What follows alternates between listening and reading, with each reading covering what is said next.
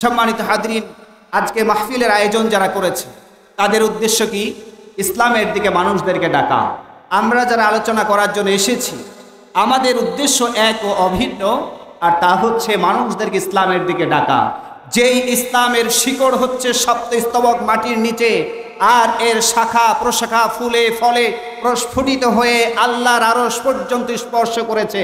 সুতরাং যারা ক্ষমতার দাপটে ইসলাম নামক এই বিশাল বট বৃক্ষকে ধাক্কা দিয়ে ফেলে দিতে চাইবে, ইসলাম নামক এই বিশাল বট বৃক্ষের নিচে চাপা পড়ে তাদের অস্তিত্বের কবর রচিত হবে এবং সেই কবরের উপর ইসলামের পতাকা পথ করে উঠবে। বলেন ঠিক কিনা? সম্মানিত হাজরিন, নবী করিম সাল্লাল্লাহু আলাইহি সাল্লাম বলেছেন, হাত্তা ইয়াসিরান নাসু ইলা ফুস্তাতাইন, মানুষরা দুটি দলে বিভক্ত হবে। ফুস্তাতিল ঈমানি লা নিফাকা ফি, একটি হচ্ছে মুমিনদের দল যাদের ভিতরে নেফাকের কোনো চিহ্ন থাকবে না। ওয়া ফুস্তাতি নিফাকিন লা ঈমানা ফি, আরেকটি হচ্ছে মুনাফিকদের দল যাদের ভিতরে ঈমানের কোনো চিহ্ন থাকবে না। একটি হচ্ছে আল্লাহ রাসূল এবং মুমিনদের দল, আরেকটি হচ্ছে শয়তান তথা বেঈমান কাফের মুরতাদ এবং মুনাফিক মুশরিকদের দল। একটি হচ্ছে হকের দল, আরেকটি হচ্ছে বাতিলের দল। হক এবং বাতিলের লড়াই চিরন্তন। হক যেখানে বাতিল সেখানে, বাতিল যেখানে হক সেখানে, আবার হক যেখানে বাতিল সেখানে।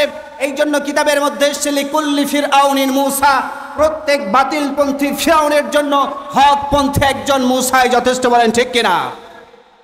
বাতিল যখন এসেছিল নমরুদের বেশ ধরে, হক তখন এসেছিল ইব্রাহিম আলাইহিস সালামের বেশ ধরে। বাতিল যখন এসেছিল ফিরআউনের বেশ ধরে, হক তখন এসেছিল হযরতে মূসা আলাইহিস সালামের বেশ ধরে। বাতিল যখন এসেছিল আবু জাহেল, আবু লাহাব, শাইবা, উতবার বেশ ধরে, হক তখন এসেছিল বিশ্বনবী সাল্লাল্লাহু আলাইহি সাল্লামের বেশ ধরে। বাতিল যখন এসেছিল খলিফা মানসুরের বেশ ধরে, হক তখন এসেছিল ইমামে আদম আবু হানিফার বেশ ধরে। বাতিল যখন এসেছিল ইংরেজদের বেশ ধরে, হক তখন এসেছিল ওলামায়ে দেওবন্দের বেশ ধরে। এই হক এবং বাতিলের লড়াই কিয়ামত পর্যন্ত চলবে। আগেও ছিল, বর্তমানেও আছে, ভবিষ্যতেও এই বাতিলের লড়াই থাকবে। কিন্তু মজার ব্যাপার হলো প্রত্যেকটা হক এবং বাতিলের লড়াইয়ে আল্লাহ বাতিলের উপরে হকের বিজয়কে নিশ্চিত করে রেখেছেন। বলেন ঠিক কিনা? সম্মানিত হাজরিন, হযরত মূসা আলাইহিস সালাম যখন দিন প্রচার শুরু করলেন, ইসলামের বাণী পৌঁছানো শুরু করলেন, ফিরআউন তখন তার লোকদেরকে বলল, ইন্নী আখাফু আন ইউবাদদিলা দীনাকুম, আমি আশঙ্কা করছি মূসা তোমাদের দিনকে পরিবর্তন করে ফেলবে। এবং বললেন আও আন ইউযহিরা ফিল আরদিল ফাসাদা, অথবা আমি আশঙ্কা করছি মূসা জমিনে ফাসাদ সৃষ্টি করবে, জঙ্গিবাদ ছড়াবে। বলেন ঠিক কিনা? সম্মানিত হাজরিন, এই ফিরআউনের এই কথাগুলি আল্লাহ তাআলা কোরআনে কারীমে উল্লেখ করেছেন। কোরআনে কারীম কোনো গল্প কাহিনীর কিতাব নয় যে আল্লাহ তাআলা কোরআনে কারীমে ফিরআউনের এই কথাগুলি উল্লেখ করে আমাদেরকে গল্প কাহিনী শিক্ষা দিতে চেয়েছেন। কোরআনে কারীম কোনো উপন্যাসের কিতাব নয় যে আল্লাহ তাআলা কোরআনে কারীমে ফিরআউনের এই কথাগুলি উল্লেখ করে আমাদেরকে উপন্যাস শিক্ষা দিতে চেয়েছেন। কোরআনে কারীম কোনো ইতিহাসের কিতাব নয় যে আল্লাহ তাআলা কোরআনে কারীমে ফিরআউনের এই কথাগুলি উল্লেখ করে আমাদেরকে ইতিহাস শিক্ষা দিতে চেয়েছেন। বরং কোরআনে কারীমে আল্লাহ ফিরআউনের কথা উল্লেখ করে একটাই মেসেজ দিতে চেয়েছেন, ও আমার মুমিন বান্দারা শোনো, এক ফিরআউন দুনিয়া থেকে বিদায় হলেও কিয়ামত পর্যন্ত লক্ষ লক্ষ ফিরআউনে পৃথিবীতে আসবে। এক ফিরআউন জাদুঘরে, লক্ষ ফিরআউন ঘরে ঘরে। বলেন ঠিক কিনা? সম্মানিত হাজরিন, এই হক বাতিলের লড়াই চিরন্তন, কিয়ামত পর্যন্ত থাকবে। তবে মজার ব্যাপার হলো হকপন্থী বাতিলপন্থীরা যখনই মাথা চাড়া দেয়, হকপন্থীরা তখন হযরত ওমর, হযরত আলী, হযরত হামজার মতো গর্জন দিয়ে মাঠে ঝাঁপিয়ে পড়ে বাতিলরা লেজ গুটিয়ে পালাতে বাধ্য হয়। বলেন ঠিক কিনা? আমার ভাইরা, এই জন্য আমাদেরকে সতর্ক থাকতে হবে। বাতিল এবং মুনাফিক বেঈমান কাফেরদের এই পৃথিবীতে কোনো অস্তিত্ব থাকবে না, এই বাংলাদেশে কোনো অস্তিত্ব তাদের থাকবে না। সুতরাং নাস্তিকদের আমরা বাংলাদেশে দেখতে চাই না। বলেন ঠিক কিনা? আওয়াজ দেবেন, আওয়াজ দিতে হবে আপনাদের, না হলে আলোচনা হবে না। আলোচনাকে ভালো করাতে চান, আপনাদের হেল্প লাগবে। যদি আওয়াজ দেন আলোচনা ভালো হবে, আওয়াজ না দিলে হবে না। নাস্তিকদের আমরা দেখতে চাই না। নাস্তিকতা নিপাত যাক, দিন ইসলাম জিন্দাবাদ। নাস্তিকতা নিপাত যাক, দিন ইসলাম জিন্দাবাদ। কোটি প্রাণে একই আওয়াজ, খোদাদ্রোহী ছাড় পাবে না, এই বাংলায় ঠাই হবে না, মুসলমানরা জেগেছে আজ। নাস্তিকতা নিপাত যাক, দিন ইসলাম জিন্দাবাদ। নাস্তিকতা নিপাত যাক, দিন ইসলাম জিন্দাবাদ। কোটি প্রাণে একই আওয়াজ, খোদাদ্রোহী ছাড় পাবে না, এই বাংলায় ঠাই হবে না, মুসলমানরা জেগেছে আজ। ও জোর কদমে সামনে চলো, বজ্র কণ্ঠে আওয়াজ তোলো, সবাই মিলে একই তালে দাও না স্লোগান, নারায়ে তাকবীর। হবে না, সবাই হাতে ভাবে করেন, করেন সবাই উঠান হাত। নাস্তিকতা নিপাত যাক, দিন ইসলাম জিন্দাবাদ। নাস্তিকতা নিপাত যাক, দিন ইসলাম জিন্দাবাদ। কোটি প্রাণে একই আওয়াজ, খোদাদ্রোহী ছাড় পাবে না, এই বাংলায় ঠাই হবে না, মুসলমানরা জেগেছে আজ। ও জোর কদমে সামনে চলো, বজ্র কণ্ঠে আওয়াজ তোলো, সবাই মিলে একই তালে দাও না স্লোগান, নারায়ে তাকবীর, আল্লাহু আকবার। দিন ইসলাম, দিন ইসলাম জিন্দাবাদ, জিন্দাবাদ। ইসলামেরই জন্য দেশের হয়েছে জন্ম, ইসলামের বিরুদ্ধে গেলে দেশ হবে ভিন্ন। ইসলামেরই জন্য দেশের হয়েছে জন্ম, ইসলামের বিরুদ্ধে গেলে দেশ হবে ভিন্ন। ইসলামের বিরুদ্ধে যারা নিয়েছে অবস্থান, এই বাংলায় ঠাই হবে না, যাও হিন্দুস্তান, যাও হিন্দুস্তান। জোর কদমে সামনে চলো, বজ্রকণ্ঠে আওয়াজ তোলো, সবাই মিলে একই তালে দাও না স্লোগান, নারায়ে তাকবীর, নারায়ে তাকবীর। দিন ইসলাম, দিন ইসলাম জিন্দাবাদ, জিন্দাবাদ। মুসলমানের এই দেশেতে নাস্তিকদের ঠাঁই নাই, বলেন ঠিক কিনা? মুসলমানের এই দেশেতে নাস্তিকদের ঠাঁই নাই, নাস্তিকদের পক্ষে যারা তাদের কোনো রক্ষা নাই। মুসলমানের এই দেশেতে নাস্তিকদের ঠাঁই নাই, নাস্তিকদের পক্ষে যারা তাদের কোনো রক্ষা নাই।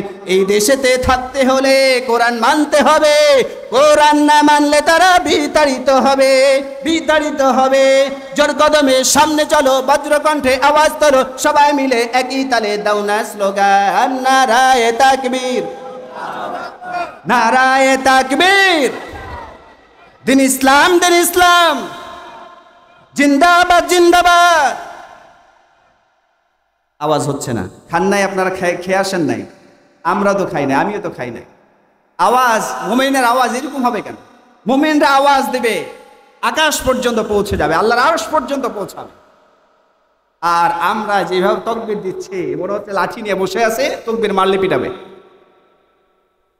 আমার ভাইরা, আমি আর ভূমিকা লম্বা না করে সরাসরি আলোচনায় প্রবেশ করতে চাই। সম্মানিত হাজরিন, আমাকে বিষয় দেওয়া হয়েছে মুনাফিকের চরিত্র এবং তার পরিণতি সংক্ষিপ্ত করে কথা বলার প্রয়াস চালাবো। মা তৌফিক ইল্লা বিল্লাহ।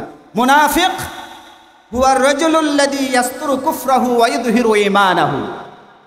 মুনাফিক হচ্ছে ওই ব্যক্তি যে তার অন্তরের ভিতরে কুফরকে লালন করে আর মুখে ঈমানের প্রকাশ করে। এমন মানুষ আমাদের সমাজে নাই, আছে নাকি? আল্লাহ তাআলা বলছেন মুনাফিক কারা? কোরআনে কারীমে আল্লাহ তাআলা বলছেন ইয়াকুলুনা বিআলসিনাতিহিম মা লাইসা ফি কুলুবিহিম। মুনাফিক হচ্ছে তারা যারা মুখ দিয়ে বলে এক কথা, তাদের অন্তরে আছে আর এক কথা, মুখে এক অন্তরে আর এক। এর নাম কি? মুনাফিক। আমার ভাইরা, এই মুনাফিকদের ভিতরে যত সমস্যা, যত প্রবলেম, অন্য কোন কাফের বেঈমান মুশরিক যারা আছে এদের ভিতরে ততটা সমস্যা নাই। মুনাফিকদের ভিতরে যতটা সমস্যা, ইসলামকে ধ্বংস করার জন্য যত তাদের ষড়যন্ত্র কাফের বেঈমানদের মধ্যেও নাই। এই মুনাফিকদের আলামত আমি এখানে কয়েকটা নোট করেছি, 10টা 11টার মতো।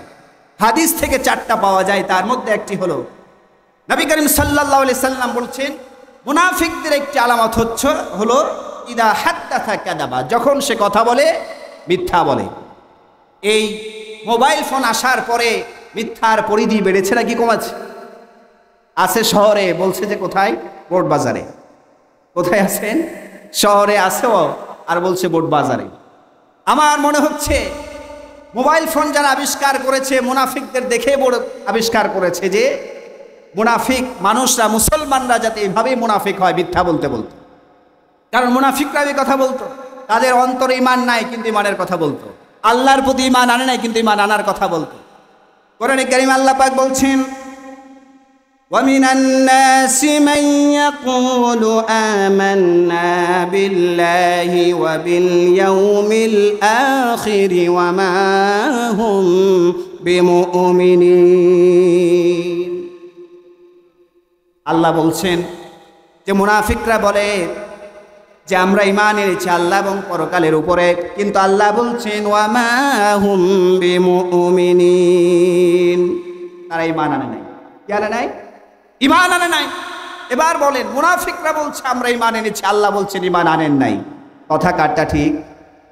আল্লাহটা ঠিক, মুনাফিকরাই মিথ্যাবাদী। এরপর আল্লাহ পাক বলছেন মুনাফিকরা যে মিথ্যা বলে এর চিত্র তুলে ধরেছেন আল্লাহ পাক কোরআনে কারীমের সূরা মুনাফিকুনের ভিতরে। লম্বা আলোচনা।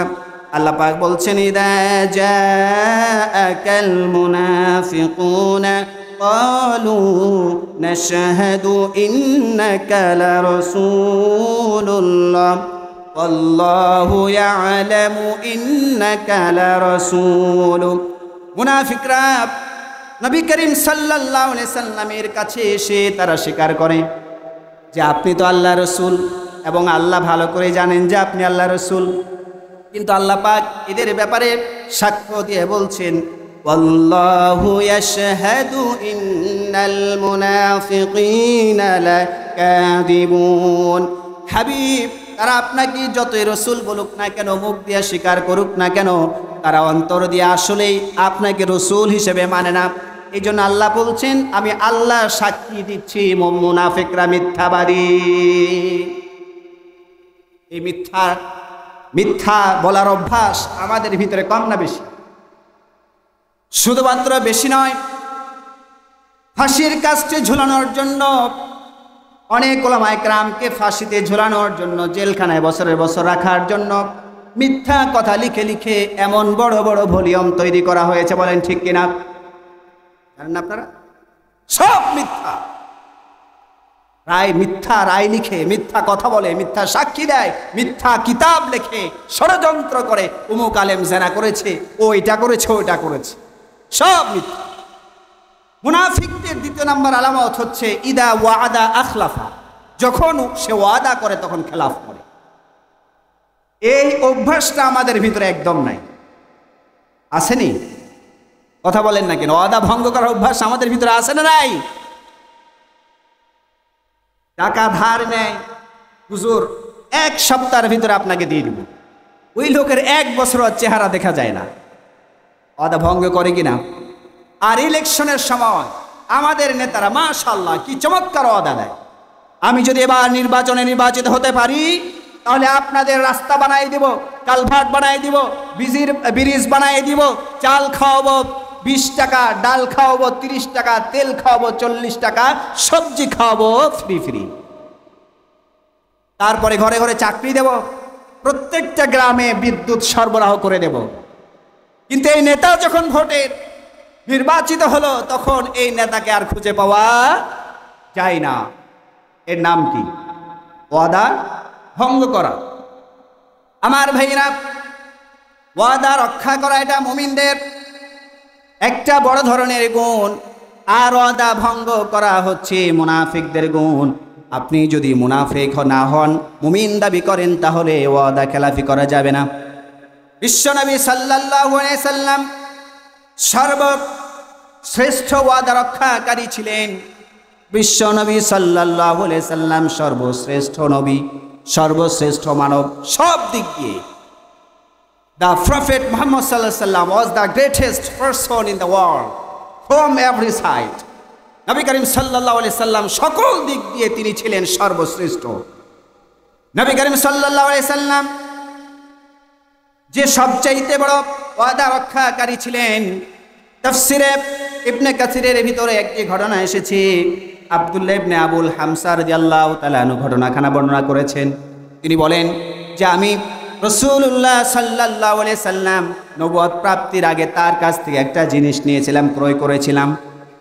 এই জিনিসটা নেওয়ার পরে তার কাছে কিছু টাকা আমি বাকি রেখে একটা তারিখ নির্ধারণ করে দিয়েছিলাম যে অমুক তারিখে অমুক জায়গায় আমি আপনার এই টাকাটা পরিশোধ করে দেব। বিশ্বনবী সাল্লাল্লাহু আলাইহি সাল্লাম ওই নির্ধারিত তারিখে নির্ধারিত স্থানে গিয়ে ওয়েট করে শুরু করলেন। ওই ব্যক্তিটা তার ওয়াদার কথা ভুলে গেল। আব্দুল্লাহ ইবনে আবুল হামসা রাদিয়াল্লাহু তাআলা আনহু বলেন যে আমি 3 দিন পরে আমার মনে যখন সেই ওয়াদার কথা মনে পড়ল, আমি সেখানে এসে দেখি আল্লাহর পয়গম্বর 3 দিন থেকে বসে আছেন। কোন সুবহানাল্লাহ। হযরত ইসমাঈল আলাইহিস সালামের ব্যাপারে বলা হয়েছে ওয়াযকুর ফিল কিতাবি ইসমাঈল ইন্নাহু কানা সাদিকাল ওয়াদি ওয়া কানা রাসূলান নাবিয়্যা। হযরত ইসমাঈল আলাইহিস সালাম ছিলেন ওয়াদা পালনের ক্ষেত্রে সত্যাশ্রয়ী, তিনি অনেক বড় ওয়াদা পালনকারী ছিলেন। তার ব্যাপারে ওই তাফসীর ইবনে কাসিরে একটা ঘটনা বর্ণিত হয়েছে এইভাবে। এক লোক তাকে ওয়াদা দিল, আমি আগামীকাল আপনার সঙ্গে ওই জায়গায় দেখা করব। হযরত ইসমাঈল আলাইহিস সালাম নির্ধারিত সময়ে সেখানে গিয়ে উপস্থিত হলেন। ওই ব্যক্তিটা এলো না, তিনি সারাদিন বসে থাকলেন। এক বর্ণনায় এসে তার পরের দিন লোকটা এলো, আর এক বর্ণনায় এসে হযরত ইসমাঈল আলাইহিস সালাম তার এই ওয়াদাকে রক্ষা করার জন্য পুরো 1 মাস পর্যন্ত সেখানে বসেছিলেন। এরপর ওই ব্যক্তিটা আসার পর তার সঙ্গে দেখা করে বাড়িতে এসেছে। এমন ওয়াদা আমাদের করা উচিত কিনা? ঈমান আমাদের জীবন চলে যেতে পারে কিন্তু ওয়াদা ভঙ্গ হতে পারে না। আমার ভাইরা, মুনাফিকদের আরেকটি আলামত হলো ইদা উতুমিনা খানা, যখন তার কাছে আমানত রাখা হয় আমানতের খেয়ানত করে। আমানতের খেয়ানতকারী আমাদের সমাজে আছে না নাই? জোরে বলেন, আছে না নাই? আমরা আমানত বলতে শুধুমাত্র বুঝি কেউ কারো কাছে কিছু টাকা রাখলো আর এই টাকাটা যত্ন সহকারে মালিকের কাছে পৌঁছায় দিল, এটাই আমানত। কিন্তু এই আমানত কি এর ভিতরে সীমাবদ্ধ? আমানতের পরিধি অনেক লম্বা। আমার ভাইরা, আমার হাত আমার কাছে আমানত, আমার মুখ আমার কাছে আমানত, আমার বডিটা আমার কাছে আমানত, আমার জিহ্বা আমার কাছে আমানত। তারপরে গ্রামের জনগণ মাতবরের কাছে আমানত, ইউনিয়নের জনগণ চেয়ারম্যানের কাছে আমানত। শুধু জনগণ নয়, জনগণের ধন সম্পদ, তার সম্মান, তার অধিকার, তার জীবন সব আমানত চেয়ারম্যানের কাছে। এবং এমপির কাছে তার জনগণ আমানত, তার জনগণের সম্পদ আমানত, জনগণের সম্মান আমানত, তাদের অধিকারগুলিও আমানত, তাদের ট্যাক্সের টাকাগুলিও আমানত। এবং রাষ্ট্রপতি বা প্রধানমন্ত্রীর কাছে সমগ্র বাংলাদেশের, সমগ্র দেশের জনগণ আমানত, জনগণের ট্যাক্সের টাকা আমানত। কিন্তু এরা ট্যাক্সের টাকা মনে করে বাপ দাদার টাকা। বলেন ঠিক কিনা? জনগণ ট্যাক্স জমা দেয় রাষ্ট্রের কল্যাণের জন্য, জনগণের কল্যাণের জন্য, কিন্তু আমাদের নেতা নেত্রীরা মনে করে এটা আমার বাপ দাদার ধন সম্পদ। এই নিয়ে হাজার হাজার কোটি টাকা লন্ডনে, আমেরিকায়, যুক্তরাজ্যে, মালয়েশিয়া, তারপর বিভিন্ন রাষ্ট্রে পাচার করে বাড়ি গাড়ি সব করছে। আর জনগণ হা করে তাকায় আছে, সবজি কিনে খাওয়ার সুযোগ তাদের হয় না।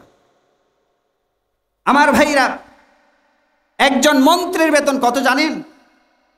একজন মন্ত্রীর বেতন হচ্ছে 1,05,000 টাকা। আর একজন এমপির বেতন হচ্ছে 55,000 টাকা। প্রতিমন্ত্রীর বেতন হচ্ছে 80,500 টাকা। এখন বলেন, এই টাকা দিয়ে এরা বাড়ি গাড়ি করতে পারবে? কিন্তু হাজার হাজার, এরা অসংখ্য বাড়ি গাড়ি করছে। এই টাকা কার? আমাদের। অথচ আমাদের উপরে শব্দ সর্বপাশে, আমরাই নাকি সব। যাই হোক, সময় সংক্ষিপ্ত, আরেকটি কথা বলে আমি শেষ করবো ইনশাআল্লাহ। মুনাফিকদের আরেকটি আলামত হচ্ছে যে মুসলমানদের ভালো দেখলে চুলকায়, মুসলমানদের ভালো দেখলে কি হয়? জ্বলে। আর তাদের দুঃখ অসহায় দুর্দশা দেখলে এরা খুশি হয়। এটা আমার কথা না, আল্লাহ কোরআনে কারীমে বলছেন। আল্লাহ তাআলা বলছেন, ইন তামসাসকুম হাসানাতুন তাসুউহুম ওয়া ইন তুসিবকুম সাইয়্যাতুন ইয়াফরাহু বিহা।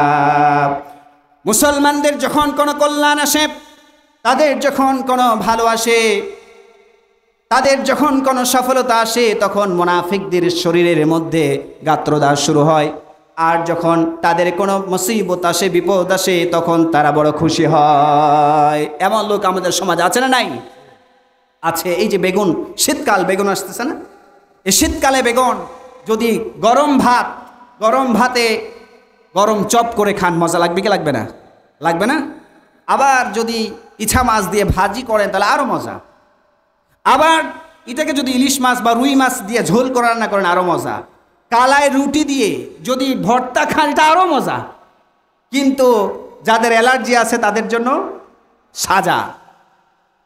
যাদের অ্যালার্জি আছে ওদের বেগুনের চপ খাইলেও জ্বলে, চুলকায়, বেগুনের ভাজি খাইলেও চুলকায়, বেগুনের ঝোল খাইলেও চুলকায়, এরপরে কালায় রুটি দিয়া বেগুনের ভর্তা খাইলেও চুলকায়। চুলকাতে চুলকাতে এমন একটা পর্যায়ে আসে বেগুন দেখলে চুলকায়। ঠিক অনুরূপভাবে আমাদের ভিতরে কিছু মুসলমান আছে যাদের ইমান অ্যালার্জি।